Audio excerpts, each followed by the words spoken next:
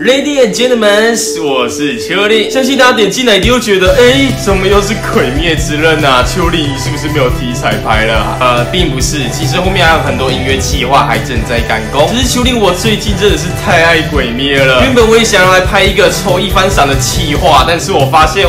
网络上妈的一大堆人都是20-30抽，直到抽到 A 赏为止，哇，这个资金真的是完全不够啊！而且丘陵我自己有自知之明，我认为最近真的我还挺。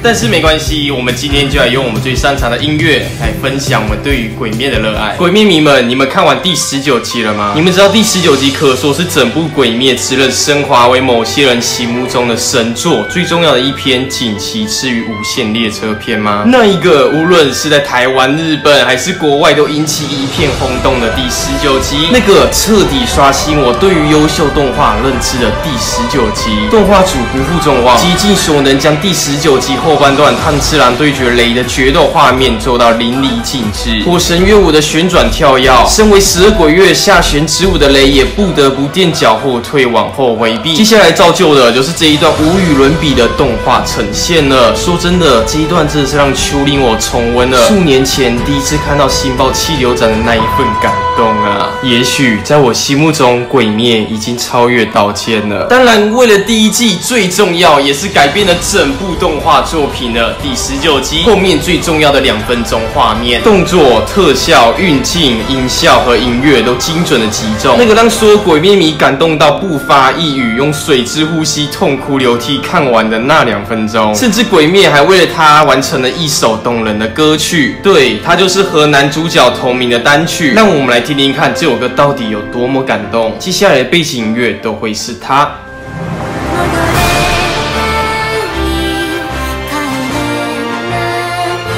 是19集除了华丽的画面及特效之外，更重要的是背后编曲的音乐，使得这华丽的画面带上了一种难以言喻的感觉。理论上该是最澎湃热血的桥段，制作单位居然选择延续了情感，制作这一首温柔到让人想喷泪的歌曲。画面的凄凉感却丝毫不减，反而是因对故事人设的情感，使情绪又堆上好几层楼。这感觉并不是热血，反而是炭治郎为了守护唯一一个仅剩的亲人而奋斗的感动。炭治郎教会在座的我们，何谓爱，又何谓守护。眼前飞跃过的是父亲生前跳的火之神神乐舞，原先的水蓝龙瞬间转化成艳丽的红龙，将原本陷入困境的炭治郎转而冲向下弦之舞。而在这一段冲刺的过程中，鬼一路风筝着他，炭治郎受到了不少的伤害，但是此时他内心告诉了自己不能停下来，若是停下来，最后一定会失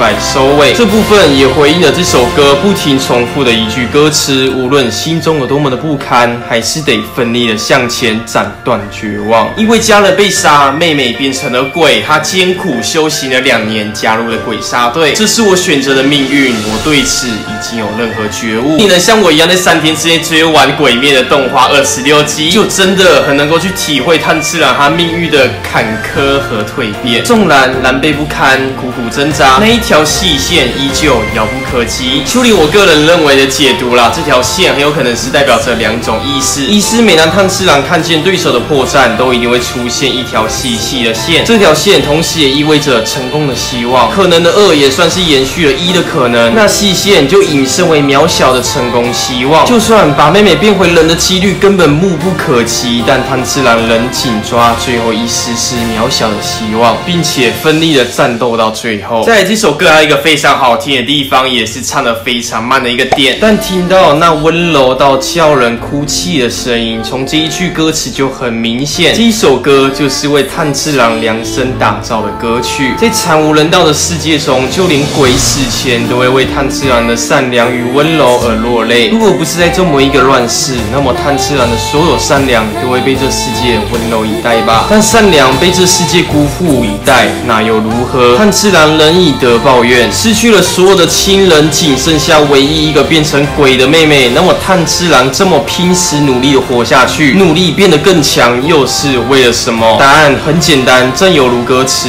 即使失去，也只能继续活下去。无论怎么被打垮，只因我心中有一个必须守护的东西。总而言之呢，这整首歌曲几乎就是炭治郎一生的自传，同时也象征着炭治郎一生的宣誓。他挥动了双刀，从来都不是为了杀敌，更多的时候是为了想守护某一个人。第一次看到这一张炭治郎与祢豆子相拥的画面，瞬间真的水之呼吸，痛哭流涕。好啦，开玩笑，真的很推荐大家一定要自己戴起耳机去听看这一首歌曲。身为一位鬼灭迷，他的感动程度绝对不输这一次剧场版 Lisa 演唱的《炎》这首歌曲。当然，如果你想看《炎》这首歌曲的解析，也在这里。影片看完之后，也可以去看看哦。再来，影片最后还有一件非常重要的事情，相信大家看完《鬼灭》，尤其是男生，心里就会觉得说，哦，我也好想去保护一个人，但是感动完了，才发现说很懊恼，自己心中竟然没有一个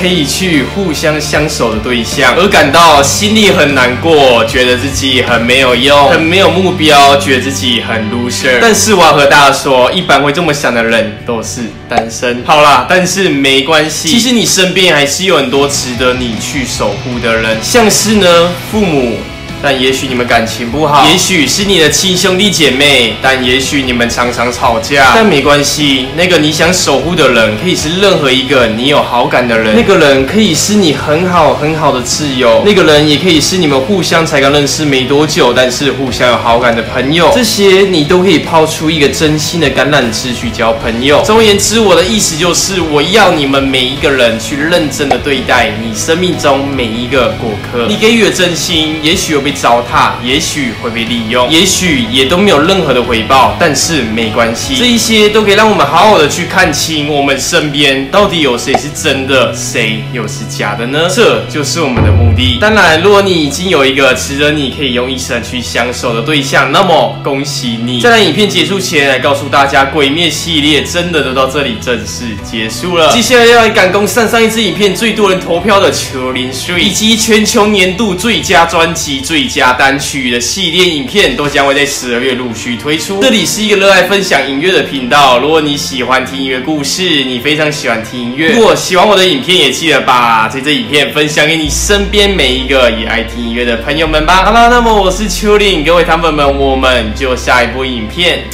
再见喽。